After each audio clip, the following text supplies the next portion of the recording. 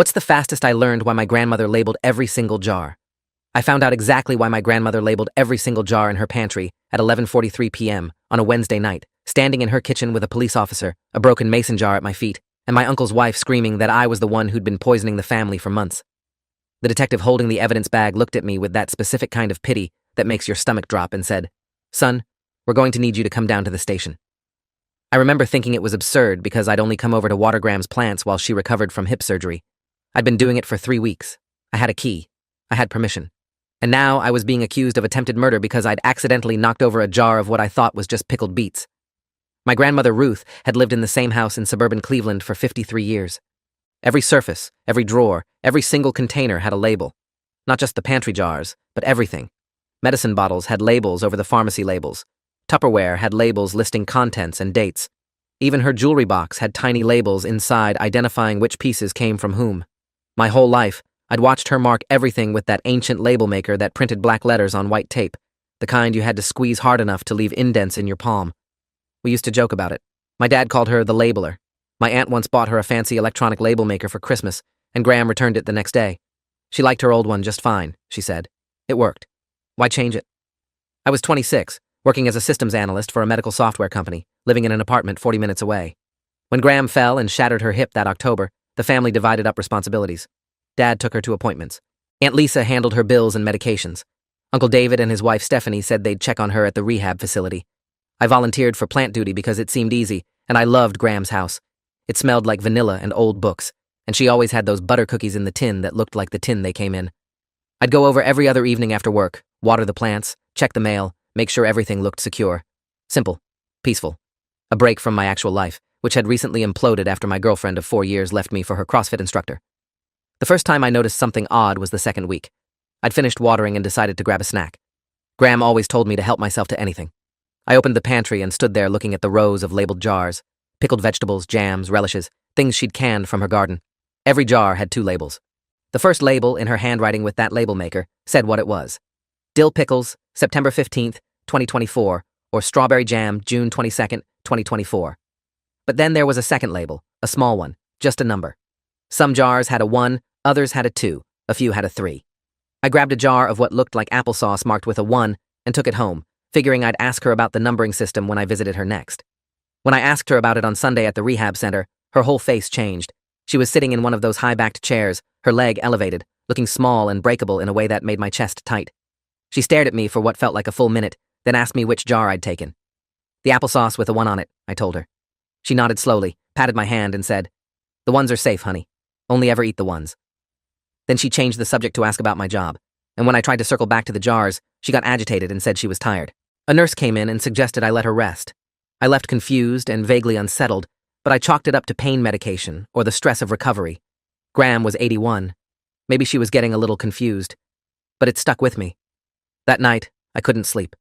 I kept thinking about the way she'd looked at me, the urgency in her voice. Only ever eat the 1s. The 2s and 3s were still in her pantry. I'd seen dozens of them. What did that mean?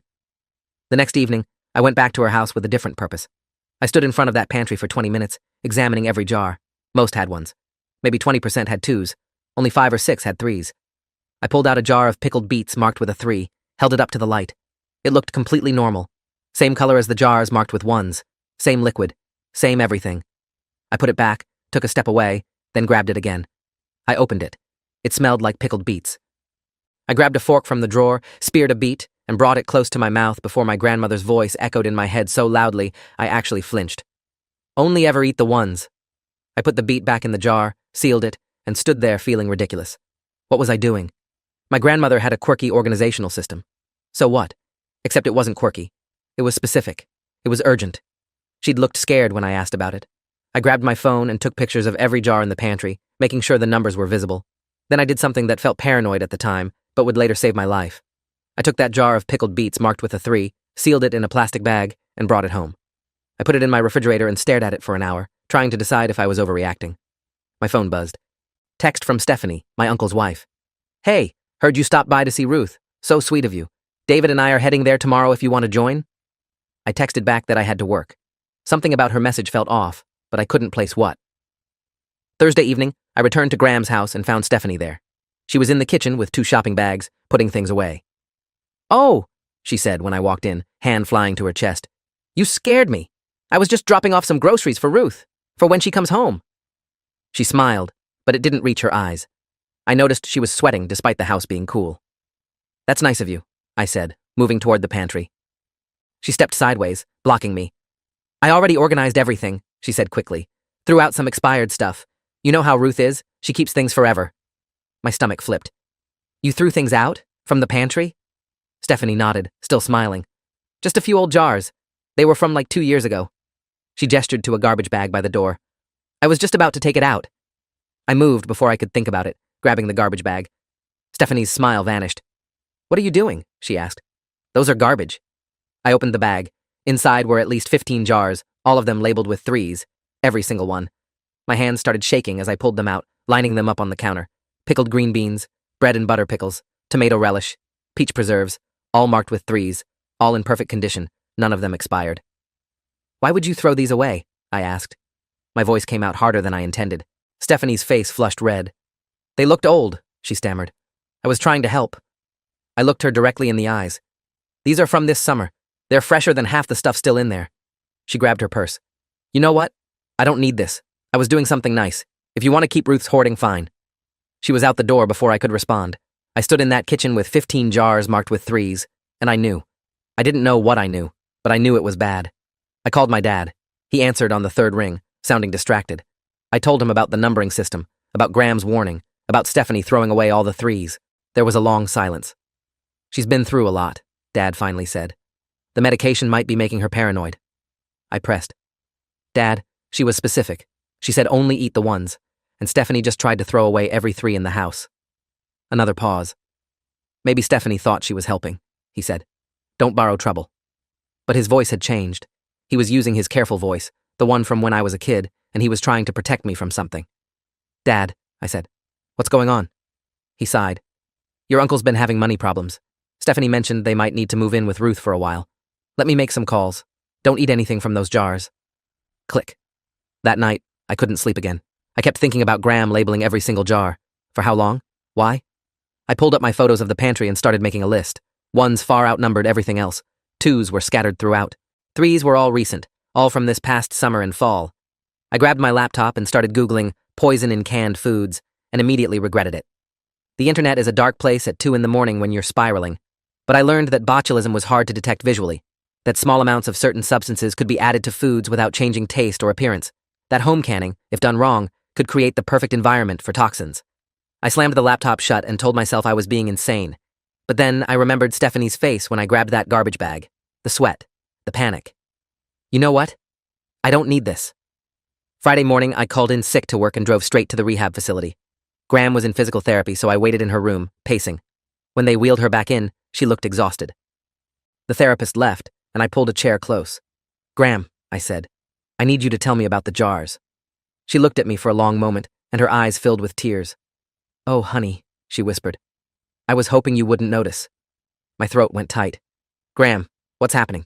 She reached for my hand with fingers that felt like bird bones. Stephanie's been bringing me food, she said quietly. For about 6 months now. Says she makes too much, wants to share. Sweet potato casserole, pot roast, soup. And she's been so helpful, offering to can vegetables from my garden since my arthritis got bad. I felt cold spread through my chest. The 3s, I said. Those are the ones she made. Graham nodded. I started feeling sick after I'd eat them. Just a little bit at first. Nausea. Headaches. I thought I was getting old. Things weren't sitting right anymore. But then I noticed it only happened after I ate what she brought. So I started testing them. She looked away. I'd give small amounts to the stray cat that comes around. Not enough to hurt him, just a little taste. After the ones I made myself, he was fine. After Stephanie's, he got sick. Not dying sick, but sick enough. My voice came out as a whisper. You've been marking them. To keep track. Graham squeezed my hand.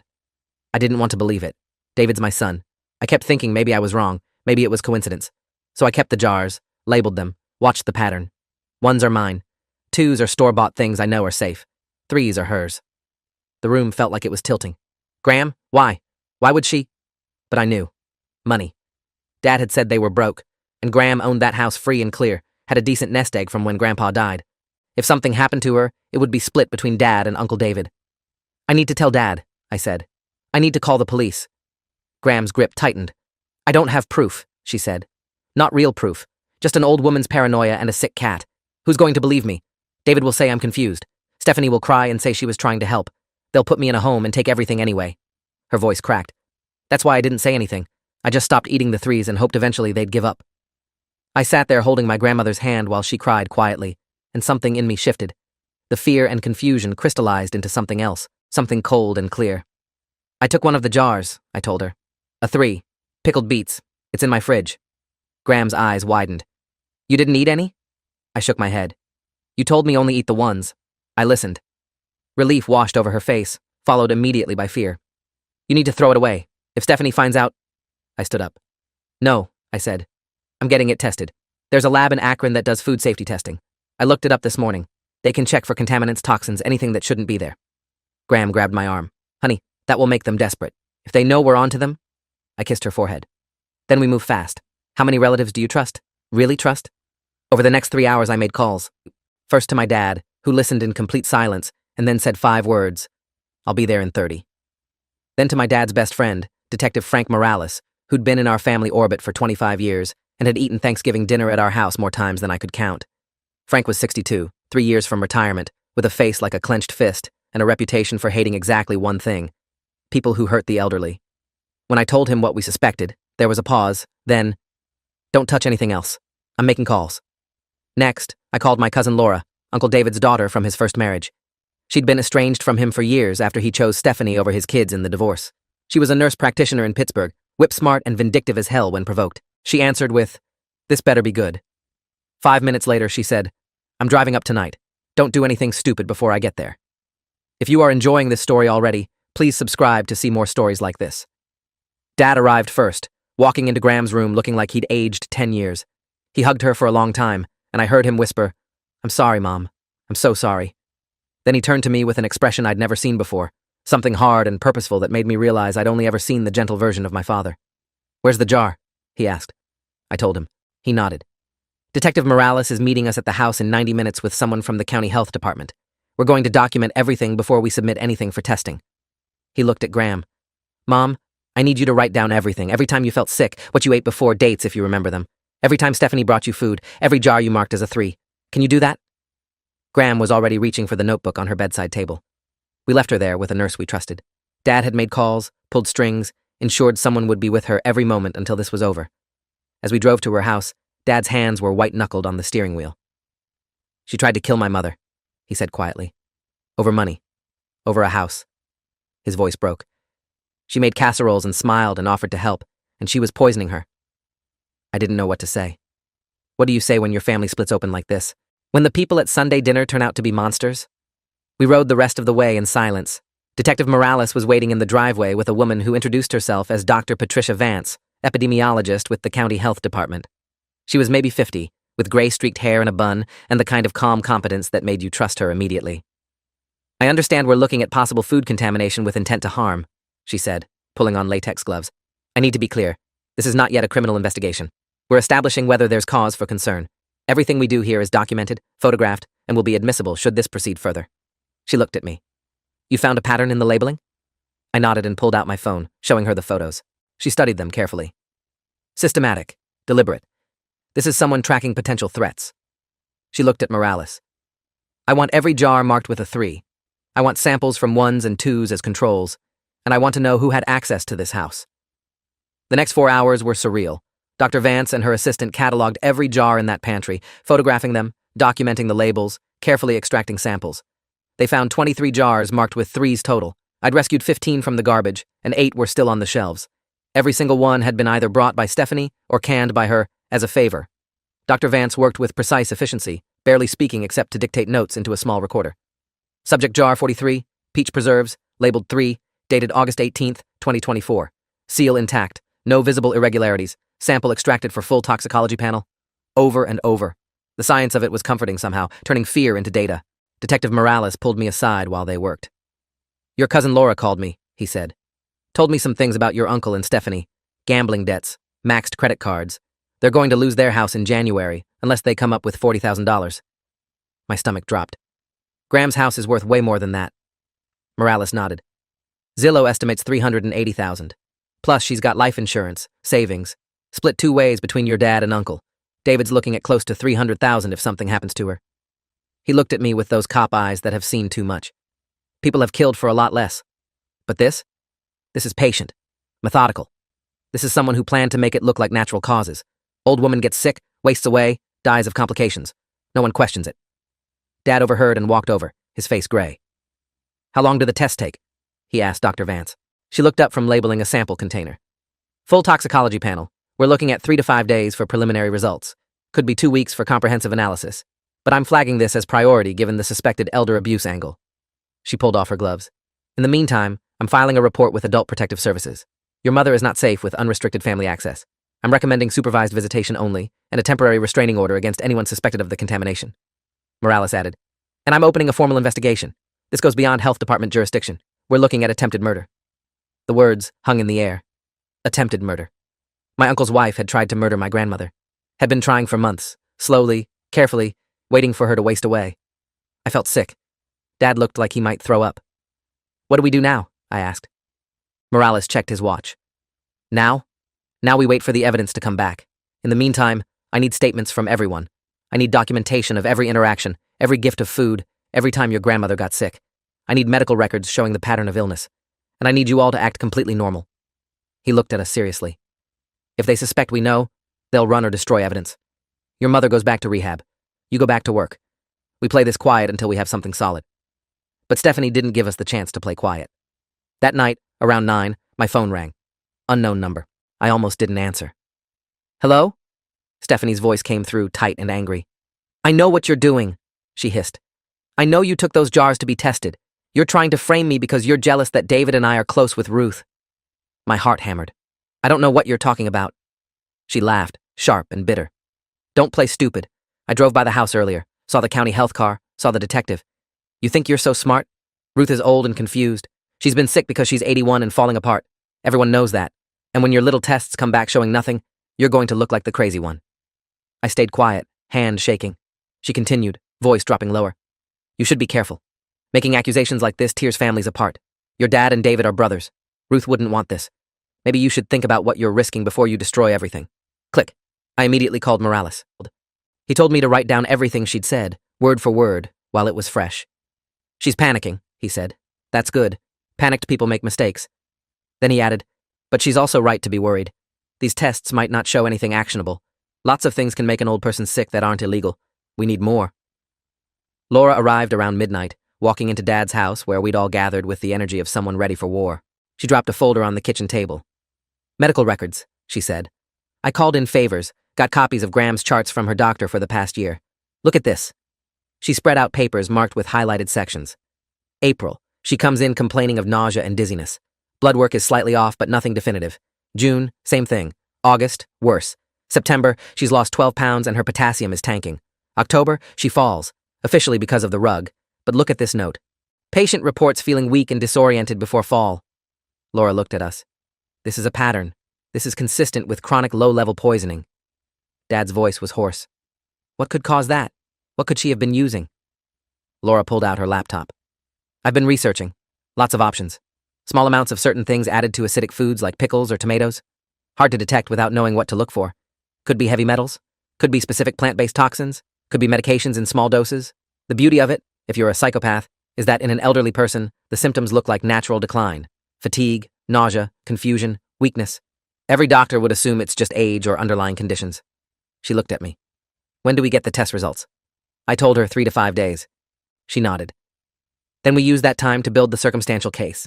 Every email, every text, every interaction between Stephanie and Graham. Everything.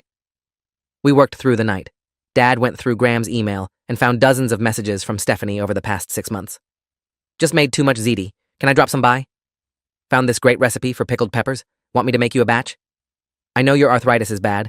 Let me help with the canning this year. Every message dripping with false concern. I went through my own phone and found the text from Thursday, the one that had felt off. Heard you stopped by to see Ruth. So sweet of you. How had she known I'd visited unless she'd been watching the house?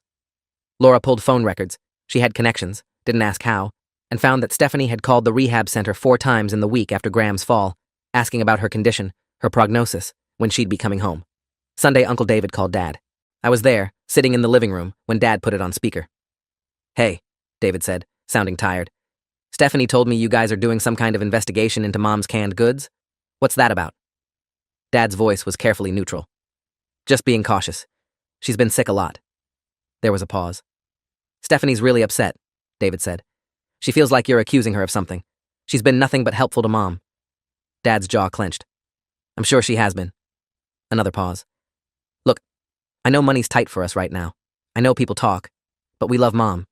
We'd never do anything to hurt her." The words sounded rehearsed, like he'd practiced them. "Of course not," Dad said. "No one's saying you would?" After he hung up, Dad looked at me. "He knows. They both know we're onto them." Monday, I went back to work and tried to act normal while my phone buzzed constantly with updates. Dr. Vance. Preliminary results showing elevated levels of something, running more specific tests. Morales. Got a warrant for Stephanie's phone records. Laura. Found out Stephanie has been researching Ruth's house value obsessively online, looking at nursing home costs, even contacting a probate lawyer about estate division. Every piece of information felt like another nail, but it wasn't enough. Not yet. "We need a confession," Morales said when I called him during lunch. "Or we need the smoking gun in those test results. Otherwise, a good lawyer argues coincidence and elderly confusion." Wednesday, 5 days after I'd found those jars, the call came. Dr. Vance, voice tight with controlled anger. "We found it," she said. "Antifreeze, ethylene glycol, small amounts, added to the acidic foods to mask the taste. Not enough to cause immediate severe symptoms, but over time, it accumulates. Causes the exact symptoms your grandmother reported. And it's in every single jar marked with a 3, not in any of the 1s or 2s. My hands went numb. "That's poison," I said stupidly. "That's definitive poison." Dr. Vance's voice was cold. "That's attempted murder. I'm forwarding these results to Detective Morales immediately. He'll take it from here." Things moved fast after that. Morales got a warrant. Thursday morning, they raided Uncle David and Stephanie's house and found a half-empty jug of antifreeze in the garage. Not unusual for a household, except it had traces of tomato sauce on the exterior. They found Stephanie's computer with search history. How much antifreeze is lethal? Slow poisoning symptoms. Contesting a will in Ohio. Can adult children override power of attorney? They found handwritten notes calculating how much Stephanie and David would inherit. They found emails to a real estate agent about listing Graham's house once the current situation resolves. They found everything. Stephanie was arrested Thursday afternoon. I wasn't there, but Morales told me she screamed the whole way to the station, claimed she was being framed, claimed we'd planted evidence, claimed Graham was senile and vindictive. They charged her with attempted murder, elder abuse, and half a dozen other counts. Uncle David claimed he knew nothing, but they found texts between him and Stephanie discussing when this is all over. He was charged as an accessory. The news broke locally that evening. Suburban woman accused of poisoning elderly mother-in-law for inheritance. By Friday, it was regional news. By Saturday, there were camera crews outside Graham's house. I visited Graham at the rehab center Saturday afternoon. The story had already reached her. One of the nurses told her gently, holding her hand while she cried. When I walked in, she looked smaller than ever, but there was something else in her face, too. Relief, maybe, or vindication. "You believed me," she said. "When no one else would have, you believed me." I sat beside her and took her hand. "You labeled the jars, Graham. You left me a map." She smiled through tears. I didn't know if anyone would notice. I couldn't stop her by myself. I needed someone to see. I thought about those rows of jars, each one marked with a number that meant nothing to anyone but her. A code. A record. A desperate cry for help that only worked if someone cared enough to ask why. The trial took 8 months.